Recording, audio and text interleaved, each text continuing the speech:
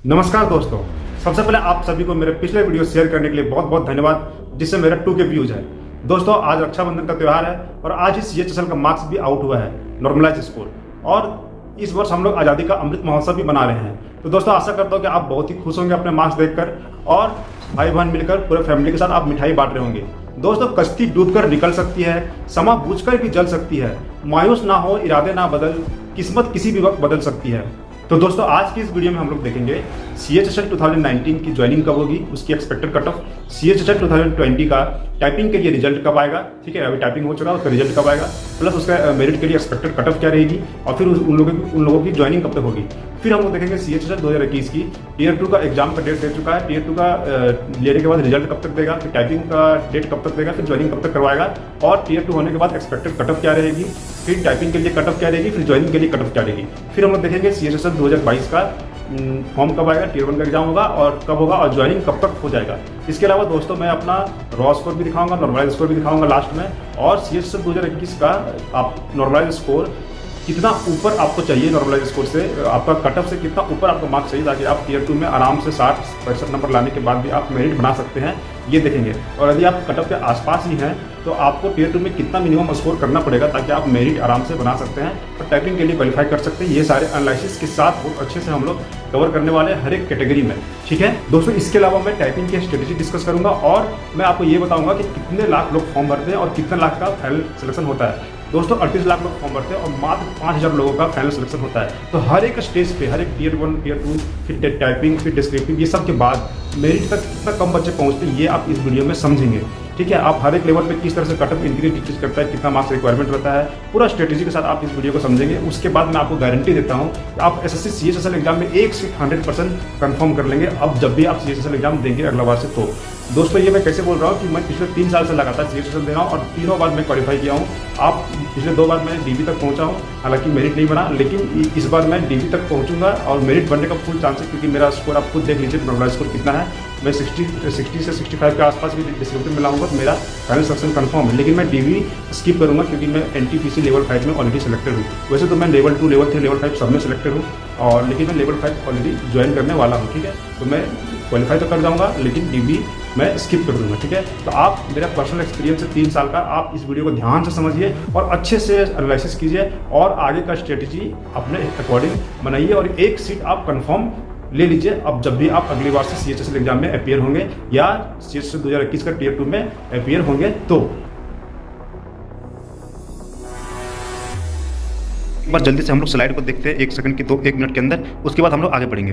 तो दोस्तों, इस स्लाइड में मैंने डिस्कस किया है कि CHSL 2021 का टाइपिंग के लिए क्या कट ऑफ होगी और मेरिट के लिए क्या कट ऑफ होगी, कितना डिफरेंस जाता है टाइपिंग में और मेरिट के बीच में, ठीक है। टियर 2 में आपको कितना मिनिमम मार्क्स है, और टियर 1 का आपका कट ऑफ अगर जो ऑफिशियल 140 है, उससे कितना मार्क्स आपका ऊपर है, तो आप फाइनल कट ऑफ क्वालिफाई कर पाएंगे मेरिट टाइपिंग के लिए, और फाइनल कट ऑफ क्वालिफाई कर पाएंगे मेरिट के लिए। इतना डिफरेंस आता है, ये पूरा समझेंगे, ठीक है। सबसे पहले हम लोग ये देखेंगे, इस चीज़ को समझने के लिए हम लोग CHSL 2019 का हेल्प लेंगे, ठीक है। यहाँ पे मैंने 2019 का पूरा एनालिसिस करके रखा है, ठीक है, ये मैं आपको समझाऊंगा। उसके बाद मैंने 2020 CHSL 2020 का भी एनालिसिस किया है, सेम टू सेम वही सारा चीज़ है, ठीक है। वही टियर 1 प्लस टियर 2 मेरा कितना कट ऑफ गया था, मेरिट के लिए कितना कट ऑफ जाने वाला, ये एक्सपेक्टेड है मेरा, ठीक है। डाटा एनालिसिस करके मैं बनाया हूँ, इस CHSL 2020 के लिए भी काम आएगा, ठीक है, और 2021 के लिए एनालिसिस का भी काम आएगा, ठीक है। उसके बाद हम लोग जल्दी से देखेंगे कि आपका ज्वाइनिंग फर्स्ट डे जब आप फॉर्म भरे थे फरवरी 2022 में, उससे लेकर के ज्वाइनिंग तक में कितने मंथ का समय मिलता है बीच बीच में, इससे आपको CHSL 2022 के कैंडिडेट को हेल्प होगा, और 2021 के भी कैंडिडेट को आगे के प्रोसेस के लिए हेल्प होगा। उसके बाद ये पूरा कंटिन्यू है। उसके बाद हम लोग देखेंगे कि आपका जो CHSL 2020 का है, उसमें कौन सा चीज़ हो चुका है, और एक्सपेक्टेड आगे का क्या क्या डेट है जिसमें होने का चांसेस है, ठीक है, ये देखेंगे। उसके बाद हम लोग देखेंगे CHSL 2019 में ये सारे कंप्लीट हो चुके हैं, ज्वाइनिंग का एक्सपेक्टेड कब तक है, ठीक है। उसके बाद हम लोग देखेंगे कि नंबर ऑफ स्टूडेंट सेलेक्टेड है वेरियस लेवल, जो आप देख सकते हैं 26 लाख लोग 2019 में फॉर्म भरे थे, सिलेक्शन हुआ 4800 का, 2021 में 38 लाख लोग भरे, सिलेक्शन होगा 6072 का। तो कौन से लेवल में कितने स्टूडेंट छटते हैं, कितने स्टूडेंट का सिलेक्शन होता है, ये सारी चीज़ इस PDF में हम लोग देखेंगे। उसके बाद हम लोग टाइपिंग की स्ट्रेटेजी का बात कर लेंगे, ठीक है। उसके बाद हम लोग आपको CHSL 2022 में क्या क्या करना चाहिए, उसका इंपॉर्टेंट डेट क्या है, वो सारी चीज़ देखेंगे। उसके बाद हम लोग फिर आपको आगे का इन्फॉर्मेशन, जो भी कुछ इंपॉर्टेंट इन्फॉर्मेशन है वो देंगे, ठीक है। तो चलिए हम लोग स्टार्टिंग से स्टार्ट करते हैं। दोस्तों, आपको 2021 का टियर 2 का प्रिपरेशन करना चाहिए या नहीं करना चाहिए, ये आपको मैं अभी बताता हूँ, ठीक है।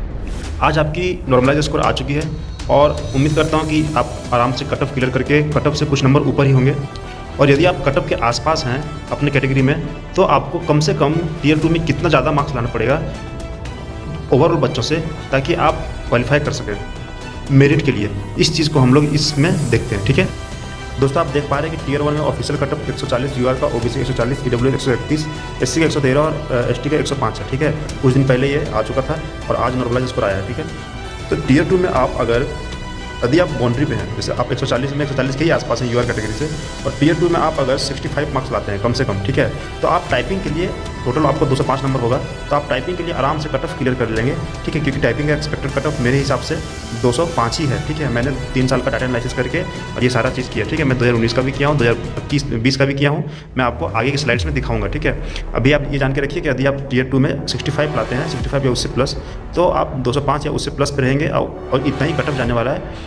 ओबीसी में यदि आप 60 लाते हैं, अगर आप कट ऑफ के आसपास में 140 के आसपास है और 60 लाते हैं, तो 200 आपका टियर 1 प्लस टियर 2 मिला के हो जाएगा और आप 200 मार्क्स में टाइपिंग के लिए क्वालिफाई हो जाएंगे। अभी आप मेरिट के लिए क्वालिफाई मैं आपको नहीं बता रहा हूँ, बस टाइपिंग के लिए आप क्वालिफाई हो जाएंगे, ठीक है। उस तरह ईडब्ल्यूएस में यदि आप 58 या उससे ऊपर लाते हैं तो आप टाइपिंग के लिए क्वालिफाई हो जाएंगे। यदि आप 62 या उससे ऊपर लाते हैं एससी में तो टाइपिंग के लिए क्वालिफाई हो जाएंगे, और 64 या उससे ज़्यादा लाते हैं एसटी कैटेगरी में तो आप टाइपिंग के लिए क्वालिफाई हो जाएंगे। अब एक चीज़ आप ध्यान से समझिए कि टाइपिंग के लिए टियर 1 प्लस टियर 2 मिला के जो कट ऑफ निकलती है टाइपिंग के लिए जो बुलाता है वो इतना ही रहने वाली है, ठीक है। तो मीन्स आप मिनिमम आपको इतना मार्क्स लाना ही पड़ेगा यदि आप कट ऑफ के आसपास हैं तो। लेकिन यदि आप कट ऑफ से मान लीजिए आप यूआर कैटेगरी में 140 में कट ऑफ से 10 नंबर आगे हैं, 140 में से आपका 150 आ रहा है, ठीक है, मान लीजिए, तो आपको यहाँ पे 150 आ रहा है मान लीजिए, तो आप यहाँ पे 55 मार्क्स भी लाते हैं तो भी आप टाइपिंग के लिए आराम से क्वालिफाई करेंगे, ठीक है। उसी तरह यहाँ पे अगर आप 10 नंबर ऊपर हैं तो आप यहाँ पे 10 नंबर कम भी लाते हैं तो आप टाइपिंग के लिए क्वालिफाई कर जाएंगे टियर 2 के बाद। ये तो इसी तरह सब में होगा, ठीक है। लेकिन यदि आप यहाँ पे 15 से 20 नंबर ज़्यादा है, यहाँ पे आप 15 से 20 नंबर ज़्यादा है, ठीक है, तो यहाँ पे आप 15-20 नंबर कम भी लाएंगे। अगर आप यहाँ पे 155 पे हैं तो यहाँ पे आप अगर 50 मार्क्स भी लाते हैं तो भी आप आराम से टाइपिंग के लिए क्वालिफाई कर देंगे। सेम अप्लाई करता है, सब होता है सब में। आप जितना ज़्यादा यहाँ पे है नॉर्मल से ऊपर उतना कम यहाँ पे ला सकते हैं। अगर आप बॉर्डर पे हैं तो कम से कम आपको इतना मार्क्स अपने कैटेगरी में लाना ही पड़ेगा ताकि आप टाइपिंग के लिए क्वालिफाई कर सकें। ये मैंने 3 साल का डाटा एनालिसिस करके एक्सपेक्टेड बताया है, ठीक है। ये एग्जैक्ट मेरा सही ही होगा, इसमें प्लस माइनस 1-2 हो सकता है, ज़्यादा डिफरेंस नहीं होगा, ठीक है। लेकिन दोस्तों यहाँ पे एक चीज़ बहुत समझने वाली बात है, बहुत ध्यान से समझिए, ठीक है, कि टाइपिंग को जो कॉल करता है वो तो इतना ही कट ऑफ जाता है, ठीक है, तो इसका तो कोई प्रॉब्लम नहीं है। लेकिन जो मेरिट कट ऑफ निकलता है, जब टाइपिंग का रिजल्ट दे देता है जो क्वालिफाई हुए लोग, उसमें से फिर मेरिट कट ऑफ निकलता है वो जो फाइनल सिलेक्शन होता है डीवी होने के बाद, ठीक है। जितने बच्चे टाइपिंग क्वालिफाई होते हैं सारे बच्चों को डीवी के लिए बुलाया जाता है और डीवी होने के बाद एक मेरिट कट ऑफ निकाला जाता है। मान लीजिए कि 12,000 बच्चों का डीवी हुआ तो उसमें से 4,500 जितना सीट होता है उतना ही बच्चे का मेरिट बनता है, ठीक है। तो जो मेरिट की कट ऑफ जाती है ना वो ये जाती है, ठीक है। ये मैं कैसे बता रहा हूँ, ये मैं एनालिसिस किया हूँ 3 साल का, उससे आपको बता रहा हूँ। मैं आपको 2019-2020 का भी दिखाऊंगा आगे की स्लाइड्स में, उसका भी आपको मेरिट कट ऑफ और टियर 1 प्लस टियर 2 की कट ऑफ बताऊँगा, फिर आपको सारा समझ में आएगा। तो आप ध्यान से एक चीज़ समझें कि ये जो मेरिट का जो कट ऑफ है ये, और ये जो टाइपिंग के लिए जो कॉल करता है ये, ठीक है, इसमें कितने मार्क्स डिफरेंस, कितने मार्क्स का आ रही है। ये डिफरेंस 15 नंबर का हर कैटेगरी में, यहाँ पे 18 मार्क्स का, यहाँ पे 22 नंबर का, यहाँ पे 21 नंबर का और यहाँ पे 17 मार्क्स का डिफरेंस है। मतलब अगर आप यूआर कैटेगरी से हैं और आप 140 नंबर मतलब कट ऑफ के पास ही आपका स्कोर है और आप टियर 2 में 65 के आसपास ला रहे हैं, 65 से कम लाएंगे तो फिर आपका तो कहानी खत्म है। अगर आप कट ऑफ के पास है तो कट ऑफ से आप जितना मार्क्स ऊपर रहेंगे यहाँ पे उतना कम लाने से आपका चलेगा, कोई प्रॉब्लम नहीं है। लेकिन आप टाइपिंग के लिए तो चले जाएंगे, कोई बात नहीं, टाइपिंग भी आप कर लेंगे, बहुत अच्छी बात है। लेकिन आप मेरिट बनाना चाहते हैं, मेरिट, ठीक है, तो आपको चाहिए 220 मार्क्स। आपके ये दोनों मिला के बन रहे हैं 205 मार्क्स। तो ये जो 15 मार्क्स का जो डिफरेंस आया, ये 15 मार्क्स आपको लाना है कहाँ पे, या तो आप टियर 1 यहीं पे ज़्यादा ले आइए, 140 नहीं 155 के आसपास ले आइए, और यदि आप यहाँ कम लाए हैं 140 मान लीजिए, आप यदि 150 लाए हैं तो अभी भी आप 10 मार्क्स तो यहाँ से मैनेज कर लिए, लेकिन आपको अभी भी 5 मार्क्स ज़्यादा लाना है, तो यहाँ पर आपको 70 मार्क्स लाना पड़ेगा। समझ रहे हैं मैं क्या बताना चाह रहा हूँ। मैं ओबीसी की बात करता हूँ, आपको ज़्यादा समझ में आएगा।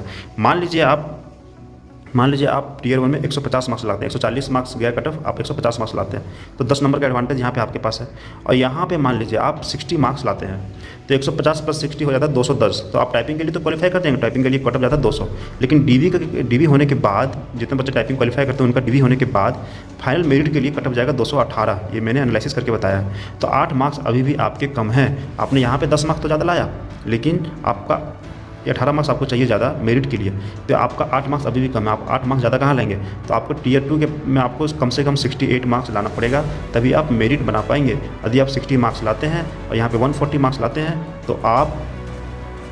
तो आप जो है वो बस टाइपिंग के लिए तो क्वालिफाई हो जाएंगे, टाइपिंग भी दे देंगे, लेकिन मेरिट में आप नहीं बना पाएंगे। आपको अगर मेरिट बनाना है तो ये जो 18 नंबर है वो या तो आप यहीं पे 140 में से 18 प्लस रहिए, 150 158 पे रहिए, यहाँ पे आप 158 पे रहिए, या तो आप यहाँ पे अगर 140 में 10 नंबर ऊपर है, मान लीजिए 150 पे यदि आप हैं तो यहाँ पे फिर आप 68 मार्क्स लाइए, 10 नंबर यहाँ पे मेकअप कीजिए, 8 नंबर यहाँ, या फिर आप यहाँ पे 8 मार्क्स ऊपर है तो यहाँ पे 10 मार्क्स ऊपर लाइए, मीन 70, तो आप यहाँ पे 218 नंबर ले आएंगे, तो आपका मेरिट बन जाएगा। यदि आप यहाँ भी कटअप के पास है और यहाँ भी 60 के आसपास लाते हैं तो आप बस टाइपिंग के लिए क्वालिफाई होंगे, मेरिट आप नहीं बना पाएंगे। और यदि आप यहाँ पे 60 मार्क्स से कम लाते हैं, मान लीजिए आप यहाँ पे 60 मार्क्स से कम लाते हैं, मान लीजिए आप 58 लाते हैं, 55 लाते हैं, 5 मार्क्स आपको यहाँ पे कम आ रहा है, ठीक है, तो आपको यहाँ पे 5 मार्क्स ज़्यादा होना चाहिए, तो आप टाइपिंग के लिए क्वालिफाई करेंगे, लेकिन आपका मेरिट अभी भी नहीं बनेगा। यहाँ पे आप मान लीजिए 55 लाते हैं तो आपका यहाँ पे कितना ज़्यादा होना चाहिए, एक तो 5 मार्क्स यहाँ से आपका कम हो गया और प्लस 18 मार्क्स का डिफरेंस जाता है जो इसमें और इसमें वो, तो 18 + 5 23 मार्क्स, यानी यहाँ पे आपको 23 मार्क्स ज़्यादा होना चाहिए। तो इस चीज़ को आप ध्यान से हर एक कैटेगरी के लिए, उस तरह EWS, उस तरह SC, उस तरह SC, आप अपने कैटेगरी के हिसाब से आप समझ। तो दोस्तों आपका टियर 1 में कितना ऊपर होना चाहिए वो आप समझ लीजिए कि कम से कम, जैसे ये 15 नंबर का डिफरेंस है, कम से कम ये 15 मार्क्स का डिफरेंस है। टाइपिंग में जो कॉल करता है और DV जो होता है, ये दोनों में 15 मार्क्स का डिफरेंस आता है। ये कम से कम आप ये देखिए मिनिमम रिक्वायरमेंट, यहाँ पे मिनिमम रिक्वायरमेंट मैंने लिखा है 10 से 15 मार्क्स, कम से कम 10 से 15 मार्क्स आपको यहाँ पे ऊपर होना पड़ेगा। यदि आप यहाँ पे 150 पे रहते हैं अभी, तो आप यहाँ पे 65 लाते हैं तो आपका मार्क्स बनेगा 215, लेकिन अभी चाहिए आपको 220 मेरिट के लिए। आप टाइपिंग के लिए तो क्वालिफाई कर देंगे, लेकिन मेरिट के लिए 220 चाहिए, तो 5 मार्क्स आपको कहाँ ज़्यादा रखना पड़ेगा, यहाँ पे आपको 70 लाना पड़ेगा। आप यहाँ 150 पर है, यहाँ पे 70 लाइए तो आप आराम से 220 बना पाएंगे।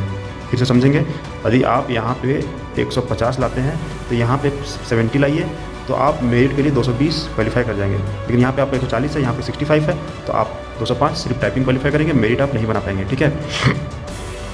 एक बार मैं SC कैटेगरी की बात करके आपको समझाता हूँ। जैसे SC में आप 113 नंबर कटअप गया, आप 113 के आसपास पे हैं, और टियर 2 का कटअप मैं 62 बता रहा हूँ कि मिनिमम रिक्वायरमेंट यदि आप इस पे हैं तो मिनिमम आपको इतना चाहिए टाइपिंग क्वालिफाई करने के लिए। आप इससे कम अगर ला रहे हैं तो भी कोई प्रॉब्लम नहीं है, लेकिन यहाँ पे जितना कम यहाँ ला रहे हैं, मान लीजिए आप 2 नंबर कम ला रहे हैं, यहाँ पे आप 60 ला रहे हैं, तो यहाँ पे आप 115 पे होना चाहिए आपको, तो आप टियर 1 + टियर 2 कटअप क्वालिफाई कर जाएंगे, लेकिन आप मेरिट नहीं बना पाएंगे। यदि आपको मेरिट बनाना है, ये बनाना है, तो 21 मार्क्स का डिफरेंस जाता है मेरिट में और DV होने के बाद जो मेरिट बनता है उसमें, और DV के लिए जो बुलाता है टाइपिंग के बाद उसमें 21 मार्क्स का डिफरेंस जाता है, ठीक है। तो ये 21 मार्क्स आपको मेकअप करना है, तो या तो आप 21 मार्क्स यहाँ पे ऊपर रहिए, यहाँ पे 113 में 21 मार्क्स ऊपर रहिए और यहाँ पे 62 ले आइए, या तो आप यहाँ पे मान लीजिए 60 लाते हैं तो एक तो ये 21 नंबर आपको यहाँ पे डिफरेंस जो आता है वो, और प्लस 2 नंबर आप यहाँ कम लाएँ वो, तो 21 22 23 23 मार्क्स आप यहाँ पर ज़्यादा रहिए। या तो मान लीजिए कि यदि आप यहाँ पे 70 ले आते हैं, जो कि जल्दी आता नहीं है, मैक्सिमम 60 से 70 के बीच में ही आता है नंबर, अधिकतर बच्चों का 60 से लेके 70 के बीच में ही नंबर देता है। तो मान लीजिए आप बहुत अच्छा लाएं, आप 70 ले आए यहाँ पे, तो 8 मार्क्स का एडवांटेज यहाँ पे आपका है, तो 21 मार्क्स आपको ऊपर चाहिए DV के ऊपर, DV के बाद 21 मार्क्स आपको ज़्यादा चाहिए, तो 8 मार्क्स आप यहाँ ज़्यादा ला चुके हैं, तो अब आपको बचा 13 मार्क्स, तो 13 मार्क्स आपको यहाँ पे ऊपर होना चाहिए, मीन्स 126 मार्क्स अगर आपका यहाँ पे है और 70 मार्क्स यहाँ पे है, तो आप आराम से मेरिट के लिए 196 मार्क्स ला सकते हैं। तो मिनिमम आपको 113 और 62 चाहिए, 62 से कम आ रहा है तो इसमें ज़्यादा होना चाहिए, और कटअप पार करने के लिए और मेरिट बनाने के लिए ये और ये मिला करके दोनों में 21 मार्क्स प्लस होना आपको चाहिए। मीन्स या तो आप 113 में प्लस 21 मार्क्स आपका होना चाहिए, या तो अगर 10 नंबर यहाँ पे प्लस है तो 10 नंबर यहाँ पे भी प्लस रखिए, यानी 123 यहाँ रखिए और 72 यहाँ रखिए, तो भी आप 196 पे पहुँचेंगे। दोस्तों इसी तरह सारे कैटेगरी में अप्लाई हो जाएगा, आप अपने कैटेगरी अपने हिसाब से आप देख सकते हैं, ठीक है। मैं आपको समझा दिया हूँ, मिनिमम डिफरेंस DV के बाद जो होता है वो कटअप जो मेरिट निकलता है वो, और DV से पहले जो टाइपिंग के लिए जो कटअप निकलता है, जिसमें जितना बच्चा टाइपिंग क्वालिफाई करते हैं उतना को DV के लिए बुलाया जाता है, वो दोनों में डिफरेंस जो है वो इतना का जाता है, ठीक है, इतना का डिफरेंस सब में जाता है, ठीक है। तो ये 18 नंबर आप कैसे मेकअप करते हैं, 21 नंबर आप किस तरह से मेकअप करते हैं, 17 नंबर आप यहाँ ज़्यादा लाते हैं या यहाँ ज़्यादा लाते हैं, उस पर डिपेंड करता है, ठीक है। अगर आप यहाँ पे 105 में 17 नंबर ज़्यादा ला रहे हैं तो आप 64 भी लाएंगे तो आप मेरिट बना लेंगे, लेकिन अगर आप यहाँ पे 105 में 10 नंबर ज़्यादा ला रहे हैं तो 7 नंबर आपको 64 में ज़्यादा लाना पड़ेगा। और यहाँ पे अगर यदि आप 17 से ज़्यादा नंबर 20 नंबर ज़्यादा ला रहे हैं, मान लीजिए यहाँ पे आप 3 मार्क्स कम भी लाते हैं तो चलेगा, 61 भी लाते हैं तो चलेगा। तो आप अपने हिसाब से इस तरह से आप अपने हिसाब से देख लीजिए। तो मिनिमम रिक्वायरमेंट कौन सा किसका क्या होना चाहिए, ठीक है। तो UR कैटेगरी के लिए 10 से 15 मार्क्स आपका ऊपर होना चाहिए, तो आप आराम से मेरिट तक बना सकते हैं। OBC के लिए 8 से 13 मार्क्स ऊपर होना चाहिए टियर 1 में, EWS के लिए 10 से 15 मार्क्स ऊपर होना चाहिए, SC के लिए 13 से 18 मार्क्स और ST के लिए 11 से 16 मार्क्स ऊपर होना चाहिए टियर 1। ये किस तरह काम करता है कि आप मान लीजिए 10 से 15 मार्क्स ऊपर है, मान लीजिए आप 10 नंबर यहाँ ऊपर 150 पे हैं, तो आप यहाँ पे 65 भी लाते हैं तो भी आप तो आप आराम से 215 पे पहुँचेंगे। टियर 1 प्लस टियर 2 टाइपिंग के लिए कट ऑफ पार कर लेंगे, लेकिन मेरिट से अभी भी थोड़ा सा 5 मार्क्स पीछे हैं, ठीक है। लेकिन आप 150 हैं और यहाँ पे 70 मार्क्स ले आते हैं तो आप मेरिट के लिए क्वालिफाई कर जाएंगे। यदि आप 15 नंबर ऊपर, मान लीजिए 155 आपका, तो आप 65 मार्क्स भी लाते हैं तो आराम से आप मेरिट बना सकते हैं, ठीक है। आप यहाँ पे अगर 160 पे हैं और यहाँ पे अगर 60 मार्क्स भी लाते हैं, मान लीजिए आप 20 नंबर ऊपर हैं, यहाँ पे 60 नंबर भी लाते हैं तो आप आराम से मेरिट तक पहुँच जाते हैं, ठीक। तो सिंपल सा भाषा में समझिए, यदि आप कटअप के आसपास है तो मिनिमम टियर 2 में आपको इतने मार्क्स लाना पड़ेगा। आप कटअप जितना ऊपर यहाँ पे उतना कम मार्क्स यहाँ ला सकते हैं टाइपिंग के लिए। और यदि आप मेरिट बनाना चाहते हैं मेरिट, तो आपको ये जो डिफरेंस जो आ रहा है, ये डिफरेंस ये दोनों में मिला करके कहीं ना कहीं लाना पड़ेगा।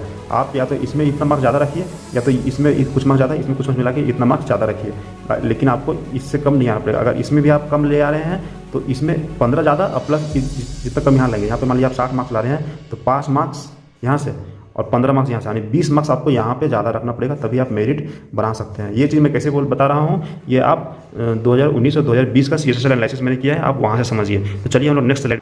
दोस्तों 2019 की मैं बात करता हूँ अभी, ठीक है। 2019 से आपको पूरा क्लियर हो जाएगा। टियर 1 का कटअप गया था इतना, ठीक है, 159.2। टियर 2 के लिए 62.48 गया है। ये एक्चुअली में इतना ज़्यादा नहीं है, जैसे जो बच्चे इसमें इससे ज़्यादा लेके आए होंगे वो बच्चे यहाँ कम भी लाए होंगे तो क्वालिफाई कर गए होंगे। मैं मिनिमम बता रहा हूँ कि जो बच्चे यहीं पे होंगे उसको कम से कम इतना मार्क्स चाहिए होगा, तब वो टाइपिंग के लिए क्वालिफाई किए होंगे, ठीक है। और मेरिट के लिए कटअप गया था 237। तो ये दोनों में डिफरेंस कितना आया, 15 मार्क्स का डिफरेंस आया। तो ये 15 मार्क्स जो है वो कहाँ मेकअप होगा, या तो आप यहाँ 15 मार्क्स ज़्यादा लाइए, जो कि पॉसिबल नहीं है। 75 मार्क्स लाना पॉसिबल नहीं होता, ठीक है। 70 तक मिलता है, 75 ज़्यादा जल्दी मिलता नहीं है। तो आप ये एक काम करें, 70 तक यहाँ लाइए, यानी 8 मार्क्स यहाँ ज़्यादा लाइए और 7 मार्क्स आप यहाँ पे ज़्यादा लाइए। तो जो बच्चे 7 मार्क्स यहाँ ऊपर होंगे, 8 मार्क्स यहाँ होंगे, वो आराम से बना लिए होंगे मेरिट। या तो आप 15 नंबर यहीं पे ऊपर रखिए और आप यहाँ पे 62 के आसपास भी लाइए तो कम चलेगा। यहाँ पे आप अगर 62 से कम ला रहे हैं मान के चलिए, तो आप ये 15 नंबर यहाँ पे आपको रखना ही पड़ेगा, और प्लस जितना कम यहाँ पे लाएंगे उतना ज़्यादा। यहाँ पे 2 नंबर कम ला रहे हैं तो यहाँ पे 15 प्लस 2 17 नंबर आपको ज़्यादा होना चाहिए। इसी तरह सारा कैटेगरी के लिए होता है। तो आप खुद देख सकते हैं कौन सा कैटेगरी में कितना मार्क्स गया था, ठीक है। डिफरेंस 15 मार्क्स का, 18 मार्क्स का, 23 मार्क्स का, 22 मार्क्स का और 18 मार्क्स का। इसमें किसमें डिफरेंस, जो टाइपिंग के लिए बुलाता है उसमें, जिसके बाद जो DV के लिए बुलाता है, जो क्वालिफाई कैंडिडेट होता है, टाइपिंग क्वालिफाई कैंडिडेट उसको DV के लिए बुलाता है उसमें, और मेरिट के लिए जो कटअप निकलता है उसमें 18 मार्क्स का डिफरेंस होता है। तो ये जो 18 मार्क्स है वो आप या तो यहाँ पे ज़्यादा रखिए या तो आप यहाँ पे ज़्यादा रखिए। यदि आप कोई बच्चा यहाँ पे 10 मार्क्स ऊपर होगा, यहाँ पे वो 8 मार्क्स में ज़्यादा लेके आया होगा, यानी 70 लाया होगा, तो उसका हो गया होगा मेरिट। बाकी मिनिमम इतना होगा तो वो टाइपिंग के लिए बुला लिया गया होगा, लेकिन मेरिट नहीं बना पाया होगा, ठीक है। इस तरह सारा कैटेगरी में है। ये 2019 का है, आप देख सकते हैं, ठीक है। अब हम लोग 2020 का देखते हैं, ठीक है मेरा, ठीक है। के लिए आप देखेंगे, सबसे पहले मैं आपको एक्सपेक्टेड कटअप दिखाता हूँ, ठीक है। मेरिट कटअप अभी तक मेरिट आया नहीं, उन लोग का टाइपिंग हो चुका है। टाइपिंग में जितने बच्चे क्वालिफाई करेंगे उसका रिजल्ट देने वाला है। कब देगा मैं आगे बताऊंगा इसी वीडियो में। उसका रिजल्ट देने वाला है। उसके बाद देने के बाद DV के लिए जितने बच्चे क्वालिफाई करेंगे सबको DV के लिए बुलाया जाएगा, और सारे बच्चों को DV होगा। 12,000 बच्चे टाइपिंग दिए हैं, तो लगभग 28,000 बच्चे टाइपिंग दिए हैं, उसमें से 12,000 को 12,000 के लगभग टाइपिंग क्वालिफाई करते हैं, उसमें से 12,000 को DV के लिए बुलाया जाएगा। उसमें से 4,500 जितनी वैकेंसी है उतना का मेरिट बनेगा, ठीक है। तो अभी मेरिट के लिए कटअप आया नहीं है, वो DV के बाद आएगा, ठीक है। पहले टाइपिंग का रिजल्ट देगा, उसके बाद जितने बच्चे क्वालिफाई करेंगे सबको DV के लिए बुलाया जाएगा, सारे बच्चे DV देंगे, फिर उसके बाद मेरिट कटअप निकालेगा, ठीक है। तो ये जो मेरिट कटअप मेरा एक्सपेक्टेड है 2020 का, वो इतना है, ठीक है। हर एक कैटेगरी में UR, OBC, EWS, SC और ST में, ठीक है। और ये जो टियर 1 प्लस टियर 2 जो टाइपिंग के लिए जो बुलाया था उसका कटअप ये था, ठीक। तब एक चीज़ ध्यान से देखिए कि UR कैटेगरी की अगर मैं बात करता हूँ, तो जो बच्चे टियर में इतना लाए थे, इतना कटअप गया था, तो जो वो बच्चे अगर टियर 2 में इतना मार्क्स लाए होंगे तो वो टाइपिंग के लिए तो आराम से क्वालिफाई कर गए होंगे, लेकिन वो बच्चे 13 नंबर से मेरिट नहीं बना पाएंगे, ठीक है। यदि किसी को मेरिट बनाना है तो वो 13 मार्क्स का जो डिफरेंस आ रहा है, ये दोनों में 13 मार्क्स का जो डिफरेंस आ रहा है, वो 13 मार्क्स को ज़्यादा लाना पड़ेगा। तो या तो वो यहाँ पे 13 मार्क्स प्लस में होंगे, या फिर यहाँ पे कुछ मार्क्स प्लस और यहाँ पे कुछ मार्क्स प्लस में होंगे, जो कि मान लीजिए 141, यहाँ पे 10 मार्क्स ज़्यादा है, तो यहाँ पे 3 मार्क्स ज़्यादा रखना पड़ेगा, 71, तब जा करके वो ये बना पाएगा। यहाँ पे मान लीजिए कि 65 के आसपास अगर इसका मार्क्स है, 3 मार्क्स अगर कम है, तो यहाँ पे ये 13 मार्क्स ज़्यादा और प्लस 3 मार्क्स यहाँ पे ज़्यादा होना चाहिए, ठीक है। तो यदि आप CSSL 2020 का मेरिट के लिए इंतजार कर रहे हैं, तो आपका यदि इतना मार्क्स बन रहे हैं, हर कैटेगरी अपने अपने कैटेगरी में देख लीजिए, तो आपका मेरिट में नाम आ जाएगा। और यदि आप नहीं बन रहे हैं, यदि आप टाइपिंग क्वालिफाई करते हैं तो, और यदि आप नहीं बना रहे इतना मार्क्स, तो आप टाइपिंग क्वालिफाई करने के बाद भी आपका मेरिट लिस्ट में नाम नहीं आएगा, तो आप किसी और एग्जाम का तैयारी करें, ठीक है। यदि आप 209 से मान लीजिए 13 मार्क्स ज़्यादा है आपका, तो आप समझ लीजिए कि आप मेरिट बना लेंगे। इसी तरह 199 जो कटअप गया था, उससे यदि आप 19.9 मार्क्स ऊपर है, तो आप समझ लीजिए कि मेरिट बना लेंगे। इसमें प्लस माइनस 1-2 हो सकता है दोस्तों, लेकिन ज़्यादा डिफरेंस नहीं जाएगा। प्लस माइनस 1-2 ऊपर नीचे हो सकता है, लेकिन आप अगर प्लस माइनस 5-6 पे है तो फिर आप दूसरे किसी और एग्जाम की तैयारी कीजिए, इसमें आपका मेरिट नहीं होने वाला है, ठीक है। आप टाइपिंग क्वालिफाई कर भी जाएंगे तो भी आपका डीवी होने के बाद मेरिट नहीं होगा, आपका डीवी होगा लेकिन मेरिट लिस्ट में नाम नहीं रहेगा, ठीक है। तो आप अपने एक्सपेक्टेड कटअप यहाँ से ये देख सकते हैं, ठीक है, यदि आप 2020 का कैंडिडेट है तो। अब हम लोग चलते हैं 2019, सॉरी हमने 2019 का डिस्कशन कर लिया था, ठीक है। पहले ही आप डिफरेंस यहाँ से देख सकते हैं और 2020 का भी डिफरेंस आप यहाँ से देख सकते हैं। इस दोनों का डिफरेंस देख के आप 2021 का डिफरेंस खुद से आप मिला सकते हैं कि टियर 1 में आपका कितना मार्क्स 10 से 15 नंबर ऊपर होना चाहिए, ताकि तभी आप टियर 2 में कम से कम 60 के आसपास, ज़्यादा 65 के आसपास नंबर लाएंगे, तभी आप मेरिट बना पाएंगे, नहीं तो कोई ऑप्शन नहीं है। आप स्लाइड से देख लीजिए। अब हम लोग बात करेंगे दोस्तों कि CHSL 2021 का एक्सपेक्टेड डेट, फिर CHSL 2020 का एक्सपेक्टेड डेट, फिर CHSL 2019 का एक्सपेक्टेड डेट देखेंगे, फिर CHSL 2022 का भी एक्सपेक्टेड डेट देखेंगे सारे एग्जाम का, ठीक है। तो आप इस स्लाइड में आप ये देखिए कि गैप सबसे पहले कितना कितना मंथ का होता है, ठीक है, और फिर इसके बाद देखेंगे कि एक्सपेक्टेड डेट्स क्या क्या है, ठीक है। ये सारे डेट्स एक्सपेक्टेड है ये सारे, ठीक है, ये हम लोग इसके बाद देखते हैं। तो सबसे पहले देखिए कि फॉर्म जो हुआ था फरवरी 2022 में, तो 3.5 मंथ यानी कि 3.5 महीने का अंतर आता है एग्जाम टियर 1 का एग्जाम लेने में। फिर 2 महीने के बाद टियर 1 का रिजल्ट देता है, फिर 1.5 महीने के बाद डिस्क्रिप्टिव पेपर लेता है, फिर 4 महीने के बाद टियर 2 डिस्क्रिप्टिव का रिजल्ट देता है, जो कि एक्सपेक्टेड है। ये मैं कैसे बता रहा हूँ कि ये एक्सपेक्टेड है, क्योंकि मैं पिछले 3 साल का एनालिसिस किया हूँ और उससे मैं बता रहा हूँ कि जनवरी 2023 में आपको टियर 2 का रिजल्ट देगा। आप यदि टियर 1 का डिस्क्रिप्टिव पेपर शेड्यूल हुआ है ना, 18/9 को होने वाला है, 18/9 को 4/8 को आपको टियर 1 का रिजल्ट आया था, 18/9 को आपका डिस्क्रिप्टिव का पेपर होने वाला है, ठीक है। ये तो डेट दे चुका है। उसके बाद रिजल्ट आपको डिस्क्रिप्टिव जनवरी 2023 में देगा, फिर टाइपिंग आपका मार्च 2023 में मिलेगा, 1 महीने का गैप आता है, ठीक है। उसके बाद टाइपिंग हो गया मार्च 2023 में, फिर टाइपिंग का रिजल्ट आपको जून 2023 में देगा, 3 महीने का टाइम लेता है। फिर उसके बाद डीवी के लिए बुलाता है, जुलाई 2023 में 1 महीने का समय देता है। इस 1 महीने के दौरान आप जो भी अपना SC ST का सर्टिफिकेट, EWS का सर्टिफिकेट जो भी आप अपना बना के रख सकते हैं। फिर उसका 1.5 महीने के बाद मेरिट लिस्ट देता है, यानी फाइनल रिजल्ट आपका देता है, ठीक है। और उसके 6 से 7 महीने के बाद आपका ज्वाइनिंग लेटर मेल करेगा, और प्लस आपका जिस दिन आपको मेल आएगा उसके 1 सप्ताह के अंदर आपके घर भी ज्वाइनिंग लेटर पहुँच जाएगा। तो ये 6 से 7 महीने का टाइम लगता है, ठीक है। तो आपकी फाइनल ज्वाइनिंग मार्च अप्रैल 2024 तक होगी। तो दोस्तों आप एक चीज़ नोटिस कीजिए कि आपका फॉर्म वो ये देखिए ये फरवरी 2022 में भराया था और आपका ज्वाइनिंग जो है वो मार्च अप्रैल 2024 में हो रहा है, मीन्स इसको पूरी 2 साल का समय लग रहा है, ठीक है। पहले ये 2019 में और 2020 में थोड़ा ज़्यादा लगा, 2019 में 3 साल के लगभग लगा और 2020 में 2.5 साल के लगभग लगा, क्योंकि उसमें लॉकडाउन वगैरह का प्रॉब्लम था।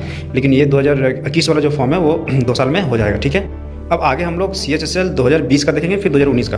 तो 2020 का हम लोग देखते हैं, ठीक है। 2020 में ये सारे फॉर्म रिलीज हुआ था, आप यहाँ से टियर 1 का एग्जाम, टियर 2 का एग्जाम, ये सब हो चुका है, ये सब टाइपिंग वगैरह हो चुका है, ठीक है। अब आगे का जो एक्सपेक्टेड डेट है, मैंने फिर बताया 3 साल का एनालिसिस करके मैं अपने एक्सपीरियंस से बता रहा हूँ, ठीक है। ये टाइपिंग का जो रिजल्ट देगा वो सितंबर के लास्ट वीक में देगा, और डीवी के लिए जो आपको बुलाएगा अक्टूबर के लास्ट वीक में बुलाएगा। फाइनल मेरिट लिस्ट दिसंबर में आएगा, ठीक है, किसी भी वीक में आ सकता है। और ज्वाइनिंग लेटर आपको जुलाई से अगस्त 2023 में आएगा, ठीक है। ये CHSL 2020 के कैंडिडेट लोग के लिए है, ठीक है, जिसका फॉर्म जो है वो 2020 दिसंबर 2020 में आया था, मीन्स लगभग 2021 समझ लीजिए, ठीक है। और ये ज्वाइनिंग कब हो रहा है 2023 जुलाई 2023 में, मीन्स पूरा 2.5 साल इसको लग रहा है, ठीक है। अब हम लोग 2019 का देख लेते हैं। तो 2019 में आप देख सकते हैं ये फॉर्म रिलीज डेट, एग्जाम कब हुआ था, रिजल्ट वगैरह कब दिया, ये सारे आप देख सकते हैं, टाइपिंग कब हुआ।